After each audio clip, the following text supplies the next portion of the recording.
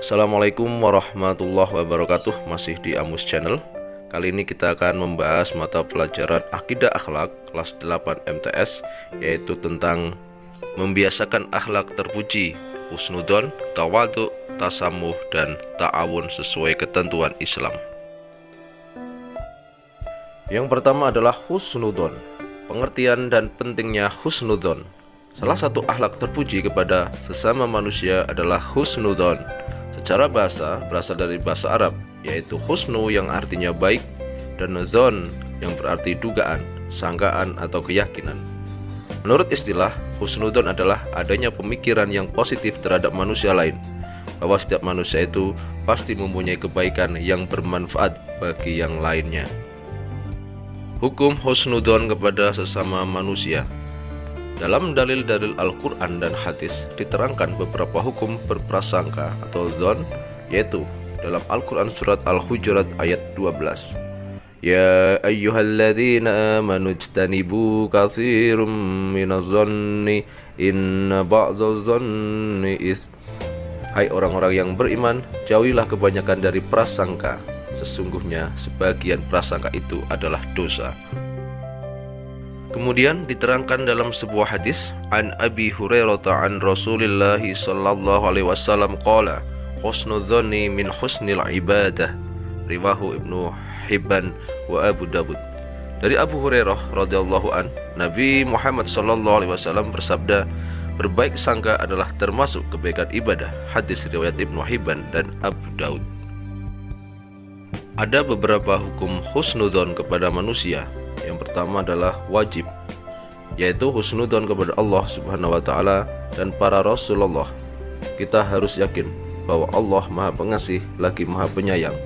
Allah juga Maha memelihara semua makhluknya, terutama manusia. Maka apapun yang Allah berikan dalam kehidupan kita patut kita syukuri dan kita ambil hikmahnya dengan berhusnudzon kepada Allah. Kita juga harus berhusnudzon kepada para nabi dan rasul yang diutus di dunia, bertugas membawa rahmat dari Allah dan tidak membutuhkan balasan dari manusia.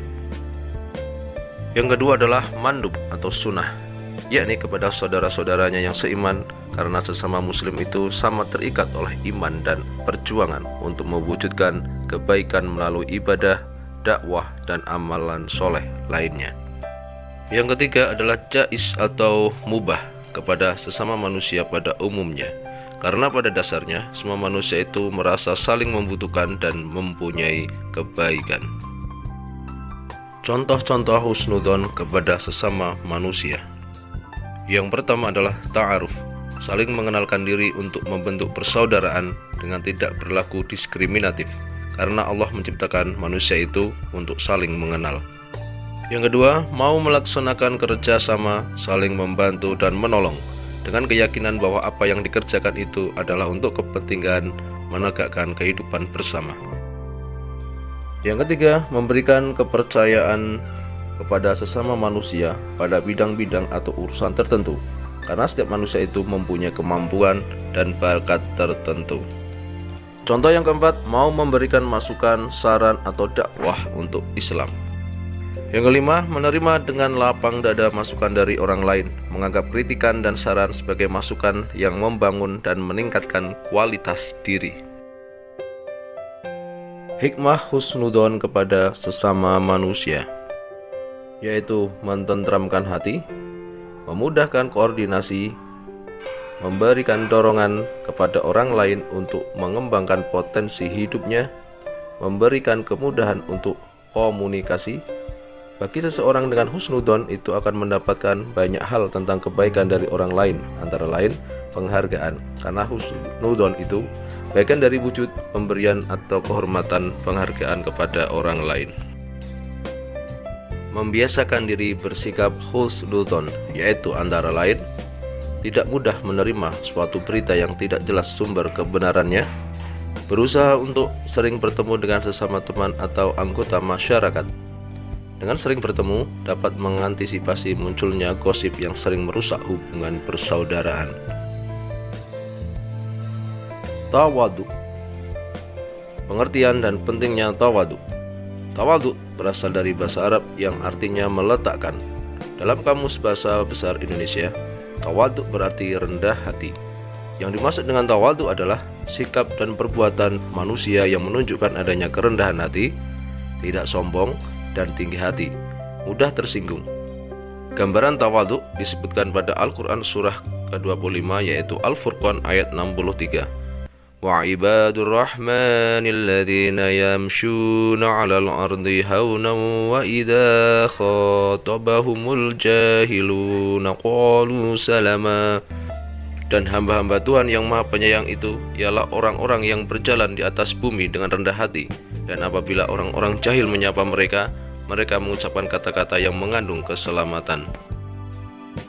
Tawadhu ialah bersikap tenang, sederhana, dan sungguh-sungguh menjauhi perbuatan takabur atau sombong, ataupun sum'ah, ingin diketahui orang lain amal kebaikan kita. Tawadhu merupakan salah satu bagian dari akhlak mulia. Jadi sudah selayaknya kita sebagai umat muslim bersikap tawadhu, karena tawadhu merupakan salah satu akhlak terpuji yang wajib dimiliki oleh setiap umat Islam. Perintah mempunyai sikap tawadhu.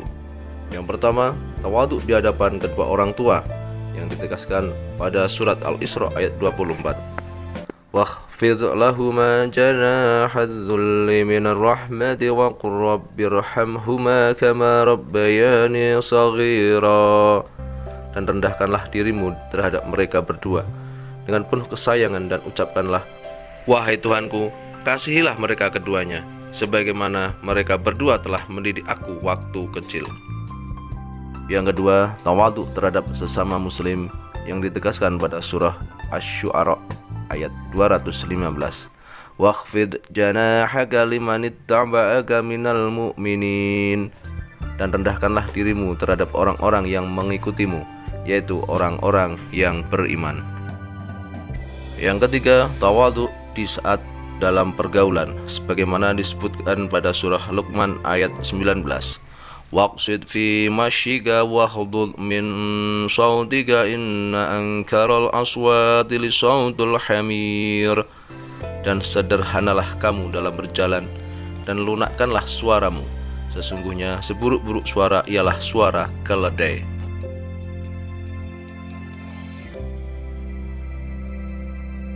Berikut beberapa contoh ketawadhuan Rasulullah. Anas radhiyallahu an jika bertemu dengan anak-anak kecil maka selalu mengucapkan salam pada mereka. Ketika ditanya mengapa ia lakukan hal tersebut, ia menjawab, aku melihat kekasihku Nabi Shallallahu Alaihi Wasallam senantiasa berbuat demikian. Hadis riwayat Bukhari, Fathul Bari. Kemudian dari Anas radhiyallahu an berkata, Nabi Shallallahu Alaihi Wasallam memiliki seekor unta yang diberi nama Al-Adba, yang tidak terkalahkan larinya. Maka datang seorang Arabi dengan untanya dan mampu mengalahkan. Maka hati kaum muslimin terpukul menyaksikan hal tersebut, sampai hal itu diketahui oleh Nabi Shallallahu Alaihi Wasallam. Maka beliau bersabda, menjadi hak Allah jika ada sesuatu yang meninggikan diri di dunia pasti akan direndahkannya. Hadis riwayat Bukhari. Selanjutnya Abu Sa'id Al-Khudri radhiyallahu an pernah berkata, jadilah kalian seperti Nabi Shallallahu Alaihi Wasallam. Beliau Shallallahu Alaihi Wasallam menjahit bajunya yang robek, memberi makan sendiri untanya, memperbaiki rumahnya, memerah susu kambingnya, membuat sandalnya, makan bersama-sama dengan pembantu-pembantunya, memberi mereka pakaian, membeli sendiri keperluannya di pasar, dan memikulnya sendiri ke rumahnya. Beliau menemui orang kaya maupun miskin, orang tua maupun anak-anak, mengucapkan salam lebih dulu pada siapa yang berpapasan, baik tua maupun anak, kulit hitam, merah maupun putih, orang merdeka maupun hamba sahaya, sepanjang termasuk orang yang suka sholat. Sikap tawadhu seseorang dapat dilihat dari perilakunya sehari-hari. Adapun bentuk-bentuk perilaku tawadhu seseorang antara lain menghormati orang yang lebih tua atau orang yang lebih pandai dari dirinya, sayang kepada yang lebih muda atau lebih rendah kedudukannya, menghargai pendapat atau pembicaraan orang lain, bersedia mengalah demi kepentingan umum, santun dalam berbicara kepada siapapun, tidak suka disanjung orang lain atas keberhasilan yang dicapai. Dampak positif membiasakan sikap tawadhu antara lain: 1. Menimbulkan rasa simpati pihak lain sehingga suka bergaul dengannya. 2. akan dihormati secara tulis oleh pihak lain sesuai nalurinya bahwa setiap manusia ingin dihormati dan menghormati. 3. Mempererat hubungan persaudaraan antara dirinya dan orang lain. Keempat, mengangkat derajat dirinya sendiri dalam pandangan Allah maupun sesama manusia. Upaya membiasakan diri bersikap tawadhu. Pertama, menyadari sepenuhnya bahwa setiap manusia mempunyai kekurangan dan kelebihan yang berbeda. 2. Berusaha untuk mengendalikan diri agar tidak menampakkan kelebihan yang dimiliki. Dan ketiga, melatih diri untuk dapat menghargai kemampuan orang lain, tidak meremehkannya.